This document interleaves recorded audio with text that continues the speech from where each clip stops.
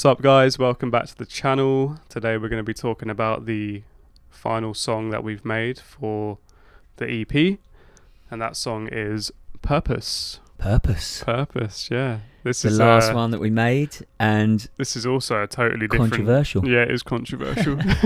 It's a totally different style as well compared to the rest of the EP, like massively. I kind of started this one myself. Yeah. A few months Years ago. before, wasn't it, or something? No, it was this year, but it was like before we'd even started doing the music thing. Yeah. So the story is, it kind of started as a remix. I was basically remixing a song that my wife loves called At the Beginning by Richard Marx, and I can't remember Which is very weird because I covered Hazard by Richard Marx on the first album. That is a weird Another coincidence, weird coincidence. Yeah. I can't remember the woman's name. It's a duet. It's Richard Marx and someone else, and it's from a movie from like the 90s. Anyway, my wife loves it, and my wife loves reggae as well. So I just wanted to make a reggae remix of the song, so I did that. And then it was just sitting on my MacBook, really, for a while. And then we'd finished Flower in a Book, and I had the track, and I just really loved the instrumental to the track. I felt it would always get stuck in my head when I'd listen to it. So I gave it to Sean. I said, see if you can do something with this. And again, he's just wrote the lyrics and just come up with something super catchy, like he has with the rest of the EP. And then we've just gone from there, really. And what you're saying, I just want to backtrack just a little bit, because I remember when you first played me the track, and I was like, I'm not sure, because this is so different to everything I've ever done. Yeah. I'm not sure whether you shouldn't make music with the fans in mind. But I was like, this is probably so far from where I've been previous that I'm not sure whether people will like it or not. I think also, though, you have to be mindful of doing the art that you love. Yeah. You know? Yeah. And I thought, I'll write something to it. We don't have to put it on the EP if it's not up to it, and it's at least something. But then, yet again, wrote the song. You said, mate, I just love it. Let's get it down. Yeah. Let's get started on it. Yeah. And it's actually... And we've just kind of fallen in love with it now, haven't we? I was about to say it's my favourite, but I've said that every song on the EP is my favourite. So it's... But no, it's definitely up there. I think... but I also want to, open up a can of worms with what the reasoning for it was, because you know that I was starting to get a little bit of having enough on here. Yeah. And when you work on in this environment on ships, everybody who works here, they always go for a little patch where it's like you get a bit fed up, you get tired, you just can't wait to get home and see your friends and your family. And Sean was kind of feeling that way at the time that I sent him this. And that's where he's kind of wrote the lyrics stemming from that. I remember we did 2 show day and then had 1 day off, and I was on the dreaded muster, which is something that we have to do on board. And the next day I was just so tired all day. And then we had 2 shows that night, and I remember just being like, I don't want to be here. And I got in trouble for something as well, I believe. I can't remember either that or. You are a troublemaker, aren't you? I know, and I had some sort of like I just started to say, I'm done with all of this. I mean, I'll be completely honest with you, Sam. Like I said, the last time I did this, I don't ever want to do it again. But obviously, I got married I had a lot of personal reasons, and things happened that I felt like I just needed to come back. And actually, when I first got here, I was a little bit embarrassed that I hadn't stuck to my word. But I just think this time round, maybe I just done one too many, really.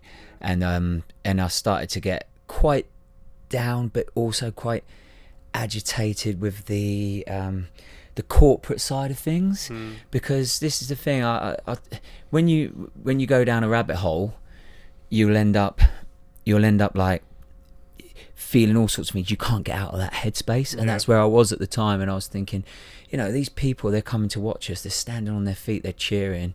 But, you know, some of them can't wait to rush off to get to the food place and go to the buffet, you know, and they're standing up, they're smiling, they're enjoying it. They've had their bit of, you know, entertainment, and then they just go back to their lives. And really, do you matter and do you care? And I've been asking myself a lot as I've got older, like, does it really matter? And I remember when we went through like COVID, for example, and you know, even our own government were turning around and saying the entertainment doesn't matter, it all needs to close down, go and get a real job, kind of thing. And it stuck with me. And sometimes when I'm on here and I'm doing that and I'm thinking, is it just a job, or is it something that I used to feel it was, which is like bringing joy to people and happiness, and like, and I started changed a lot over time. And you know, there would be times when, for example, I'd feel ill or I'd go down, and it would be like, okay, off to medical, get signed off. And then when you're signed off, we'll just put your understudy on, and it'll be as if you're not even there. It doesn't really matter, and you just feel like your number. This is written out of like, this whole song was written out of like that feeling. Yeah. Because when I finally got round to writing it, that's what I was feeling, and I just thought, I know so much about this at the moment that I might as well just run with it and just be completely honest. And that's the beauty of art. Now that I'm the other side of it, I certainly wouldn't be slagging off the company, don't get me wrong, or anything like that, but it definitely felt like you were just a number in a machine. If you ended up getting ill, you'd be sent home. Easily replaceable. They'd you know, they'd make sure that when you did get sent home, it didn't affect the insurance, you know. And I just thought, I was getting so jaded with the thought of it, that I thought, no, I'm just going to speak my truth for the sake of art, and let everyone decide how they feel about it. I didn't know that Sean was going to write these lyrics again. But I love him. You want to work for the company again? No. No, I love him, and I agree with everything that he's saying. Like, I wouldn't say that too publicly, but everybody relates to that though. Yeah, but everyone's at work and sometimes feel like, what am I even doing this for? And how many people have, like, you know, they're doing their work just to sort of get by and pay the bills, and just, you know, pretty much everyone in work. And really, but I thought we were exception to the rule as entertainers and performers, didn't you? I think it's a pretty relatable feeling. What I loved about it though is that the music is so happy, because it's, you know, it's reggae, it's like happy, everybody's having a good time. The lyrics are so like, I hate this, I hate everything. And I really enjoy that contrast when it comes to my music. dad always said to me, you know, you don't know how lucky you are to be able to, like, go away and earn doing what you love and be in all these beautiful places, but sometimes when you're on it, you don't necessarily feel that. But I make reference to that in the second time round with the verse, where I sort of say, you know, I know that I should be grateful, but I can't help it, because the corporate wigs and the privileged kids suck the life out of it. And it's true. When I say about privileged kids, what I was meant was, like, I'm now an older guy, you know. I actually look back at what I was like on the X Factor and thought, why wouldn't anyone like us? Because we're just so full of happiness and positivity and everything like that. That's why certain people don't like it. But I realised, it took me till I got older to realise that, like, some of these people, these kids just out of college, and they're so fresh faced and full of joy, and absolutely love it, and power to them, because I loved how I felt when I was younger. But when you get older, it's tough to see that, and they're loving it so much. They're going here, there, and everywhere, seeing everything and making the most of it all. But also, like, I think that when I was younger, I just got on with things and would do anything to get. Nowadays, it's like, oh, we can't do this, and oh, we can't do that, and, you know, this person's feeling like this, so we can't do it, and you know, and it's like, oh, that's just like privilege that's grown over the years. And so that's where that sort of it came from. But also, when we're talking about the deep lyric from the chorus, like, I need a new purpose, I've genuinely been thinking that, because I'm thinking, okay, I'm doing this now. These people, what I was saying about these people, you know, they watch us, they cheer, they stand on their feet, and then they just go off and they carry on their lives and go to the buffet or whatever. I was feeling that a lot, and it was weighing me down. I was thinking, well, do I really want to do this anymore? If I do this, I want it to be at home, because obviously now I want to sort of like move forward with my relationship, hopefully get a child. I mean, for those of you who've followed me for a long time, you'll realise that I've definitely wanted that, and so I'm thinking I need the space to be able to do that, to be able to commit properly, and in order to do that I might have to do something else, but then maybe the purpose will be, you know, having a child and enjoying seeing them grow and everything like that, and that's the next step in life. Or it's maybe not it's a about, completely like, different job. You don't want to just quit singing and Yeah, entertainment, because I love it. Yeah, but you want to find a different purpose maybe alongside of that. yeah, exactly. And you don't just want to go, I'm not being a singer anymore, I'm going to go Nah, work in it is a big part of my identity, and I think that's what the song's talking about, is I'll struggle to leave it behind, or, you know. And this is the thing, mate, like I'll turn around and say it again, I don't think I want to do this anymore. Yeah. But like I did last time, you can just never say never to anything, because you don't know where life's going to take you. Don't they? Of course they do. Yeah. Yeah. I mean, I've said it as well myself, so. But no, look, there's brilliance to it, and this is the thing. I don't want to, like, there's a thing of biting the hand that feeds you, isn't there? And I certainly don't want to do that, because they've also given me a lot too. Yeah. But when you're in that mood and you're seeing all this stuff around, and you're just going, this is all kinds of wrong. So it was a beautiful thing for me to do as well, to vent that frustration through the song. And what I also love about it is it's like 2 minutes, the song. It's just straight there, bish bash bosh, says it as it is, and then leaves, and just like mic drop, gone, bye. It's one of the catchiest ones, I think, as well. Yeah, to be honest. Yeah. There's a lot of like really catchy little lines in there. Yeah, which I like. The production was fun as well. It was really tough comping the vocals on this one though, compared to the others. Yeah. Because it was so wordy that I wanted every word to be heard, because I think that's what's important. And also, like you said, if you can't hear what the words are, you just assume it's happy. Yeah. And that brings down the coolness of it. But there was a few bits that I want to talk about that I thought, because I originally thought it's quite like Bruno Mars, the Lazy song. And it's quite like the whistles. Yeah, the whistles. That was one thing. That was something that I think added another dimension that I thought was quite cool. I'll take the. It was me that suggested that. Credit. You can take all credit for that. But there's a lot of little catchy, like, ear candy things that we added later on in the production, which weren't there to begin with. The original again was quite. Just reggae sound. Yeah, it was just quite like reggae. Bass piano. It was reggae, quite simple. There was like a kind of drop. Yeah. In there, I'd say it was kind of like it was like 90% of the way there, and then we added the extra 10%, little, like, you know, things here and there. The whistle though, that was all Sean. But those lyrics that hit hard, that was a great idea on it. Cutting those, so it's just a lyric that's speaking to you. And also that other song that we said that it was kind of like, that was a big hit randomly.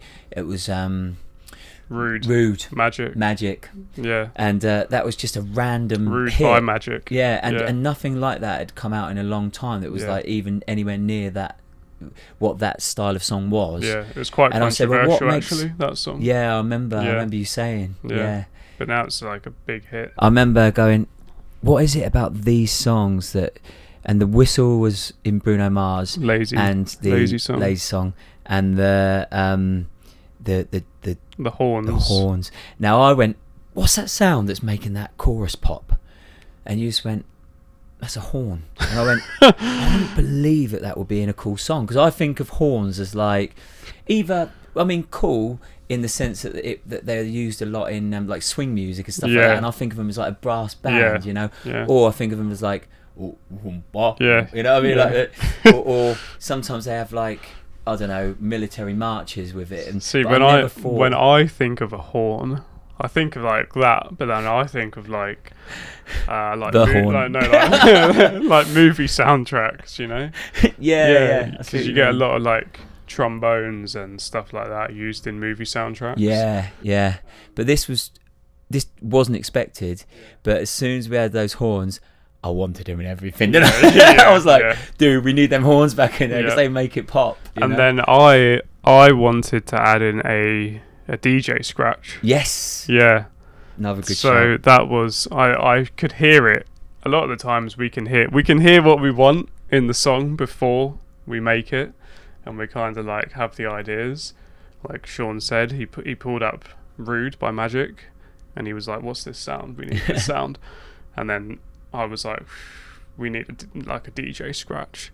So I made a DJ scratch using another software, recorded it, and It looks cool, that software, by the way. It's like DJ decks, and you were literally like, yeah. So I added in a few scratches here and there, maybe added a bit too many. Played it to Sean. Sean was like, "There's too many scratches in there," so we removed a few. I think they're used well now. yeah, we got them in the right places. So it's hopefully you understand the sentiment where I was when I was writing the lyrics, and hopefully I don't get fired for no, you won't. for telling the truth through my art. It's just art. It's not meant in any kind of mean way. Well, I think the lyric "quit your damn moaning" might say different. No, actually, that I'm talking to myself. Yeah, you know, it's like me that's saying, a good thing. You can with this song, you can interpret it however you want. We've worked so hard on this, and I'm so proud of it, and I hope that you guys love it too. Make sure you download it. Make sure you put it up loud. Make sure you tell all your friends about it as well, and let's get this as high up the charts as we can and get as much appreciation as we can. But I love all of you guys too. Thank you for watching this far, and special thanks to my man Saha Delay.